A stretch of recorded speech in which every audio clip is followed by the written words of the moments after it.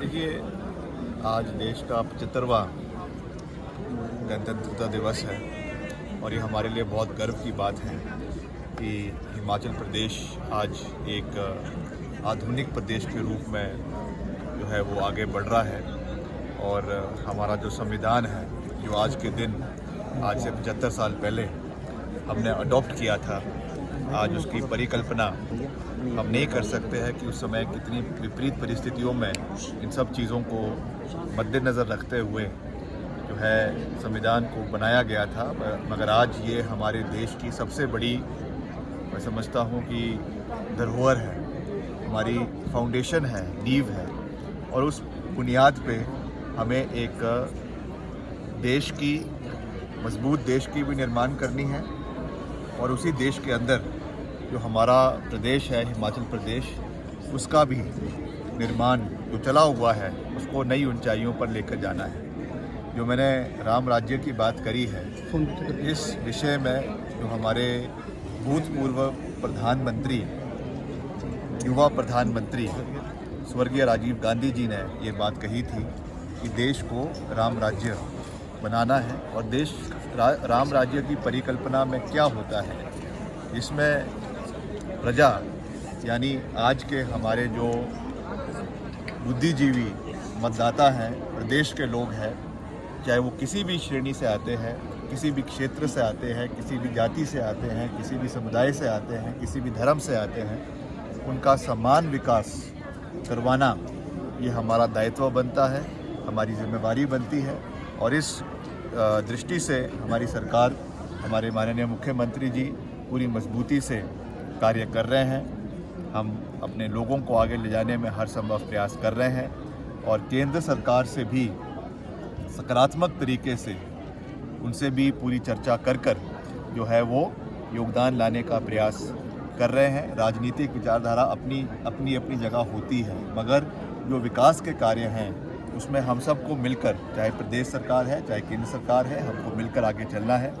उसी कड़ी में पिछले कल मैं जो हमारे सड़क मंत्री है नितिन गडकरी जी, उनसे हमने मुलाकात करी और हिमाचल में जो आपदा के समय में बहुत नुकसान हुआ था, उस विषय को मैंने फिर से सरकार की ओर से उनके समक्ष रखा। और मैं धन्यवाद करना चाहता हूं कि उन्होंने पिछले कल 152 करोड़ रुपए जो है वो सरकार को, लोक निर्माण विभाग को, जो डैमेजेस प्रदेश के अंदर नेशनल हाईवेज़ के साथ लगते हुए हमारी स्टेट की सड़कों का हुआ है, उसकी मुरम्मत के लिए जारी करने की बात करी है। बहुत जल्दी वो पैसा मैं समझता हूँ कि प्रदेश को आएगा। तो इसलिए मैंने ये बात कही है कि हमको मिलकर हिमाचल प्रदेश को मजबूत भी बनाना है, आत्मनिर्भर भी बनाना है और आने वाले समय में इस तरीके का प्रदेश होना चाहिए कि हम हर चीज़ के लिए जो है वो केंद्र सरकार पे या और जो एजेंसीज़ हैं उनके ऊपर जो है वो निर्भर ना रहे। वहाँ से सहयोग आएगा, बहुत अच्छी बात है, मगर साथ ही साथ हमको अपने प्रदेश को भी अपने पाँव के ऊपर खड़ा करना है, अपने लोगों को अपने पाँव के ऊपर खड़ा करना है, ताकि प्रदेश मजबूती के साथ हर दृष्टि से आगे बढ़ता रहे। सोलन के बाईपास पर हॉस्पिटल है, निर्माणाधीन है, लेकिन पैसे के अभाव के चलते वो कार्य बंद हो गया है। तो पैसा कब तक? सिविल हॉस्पिटल सोलन के बाईपास पर हॉस्पिटल। अच्छा, मैं इस बारे में जानकारी प्राप्त करूँगा। संभव है कि वो लोक निर्माण विभाग द्वारा ही बनाया जा रहा होगा, मुझे उसकी जानकारी अभी इतनी नहीं है। मगर मैं स्वास्थ्य विभाग से, जो हमारे मंत्री जी हैं, जो यहाँ के स्थानीय विधायक भी हैं, उनसे भी बात करेंगे और अधिकारियों से भी बात करेंगे। जो भी उसमें अगर अतिरिक्त बजट की आवश्यकता है तो जल्द उसे दिलवा कर उस भवन को जल्द से जल्द बनाया जाएगा, ताकि यहाँ के हमारे जो क्षेत्र के लोग हैं, केवल सोलन के ही नहीं अपितु जो सिरमौर के भी साथ लगते हुए इलाके हैं, वहाँ से भी लोग यहाँ पर अपना इलाज करवाने के लिए आते हैं। सोलन में बहुत से, किन्नौर से, रोडू से, रामपुर से, जो कोटखाई के लोग भी सोलन में रहते हैं, उनको भी उसका फ़ायदा मिले, ये हमारी प्राथमिकता है। और इसके लिए जो भी हमारी ओर से करना होगा, मैं निश्चित तौर से इस विषय पर पूरा कार्य करूँगा। सर, हिमाचल प्रदेश में लगातार युवा जो है वो अलग अलग पेपरों को लेकर धरना प्रदर्शन कर रहे हैं और कह रहे हैं कि जब चुनाव का समय था कांग्रेस ने वादा किया था, लेकिन अब चुनावी वादे रह चुके हैं। नहीं, हम पूरी मजबूती से, वचनबद्धता से कार्य कर रहे हैं। चाहे वो JOA IT का मसला है, मैं पिछले कुछ दिन पहले भी हमने उनको आमंत्रित किया, मैंने व्यक्तिगत रूप से किया, हमारे वो निवास पर आए, मैंने उनसे बात करी मुख्यमंत्री जी भी लगातार उनसे मिल रहे हैं और उनकी बात को सुन रहे हैं, समझ रहे हैं। उसमें कुछ पेचीदा मसले थे कानून से संबंधित, हालांकि उसमें सुप्रीम कोर्ट से उनको राहत मिली है। उसमें क्योंकि ये रिक्रूटमेंट प्रोसेस जो चल रहा था उस समय पुलिस के घेरे में था, इसलिए उसमें से कैसे उसको बाहर निकाला जा सकता है, इसके ऊपर सरकार प्रयास कर रही है।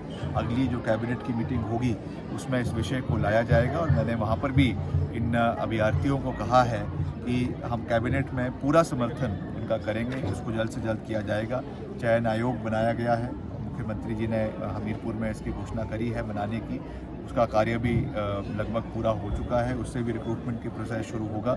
और आज भी मैंने काफ़ी अपने अभिभाषण में जो बातें कही, चाहे टीजीटी है, आपके जो आपके और पैरामेडिकल है, आपके पुलिस कांस्टेबल्स है, आपके जल रक्षक है, पैराफिटर्स है, इन सब की भर्तियां भी हो रही है। बड़ा आंकड़ा है, करीबन 10 से 15 हज़ार नौकरियां हमने सरकारी क्षेत्र में दी है और उसका कार्य चल रहा है। तो थोड़ा बहुत हिकअप्स रहते हैं, हिचकोले भी आते हैं, मगर हमारी इच्छा शक्ति बिल्कुल साफ़ है। हम प्रदेश के युवाओं के साथ खड़े हैं और युवाओं को हक दिलवाना, युवाओं की आवाज़ मजबूत करना हमारी प्राथमिकता है। इसके लिए मुख्यमंत्री जी से भी हम लगातार बात करते रहते हैं।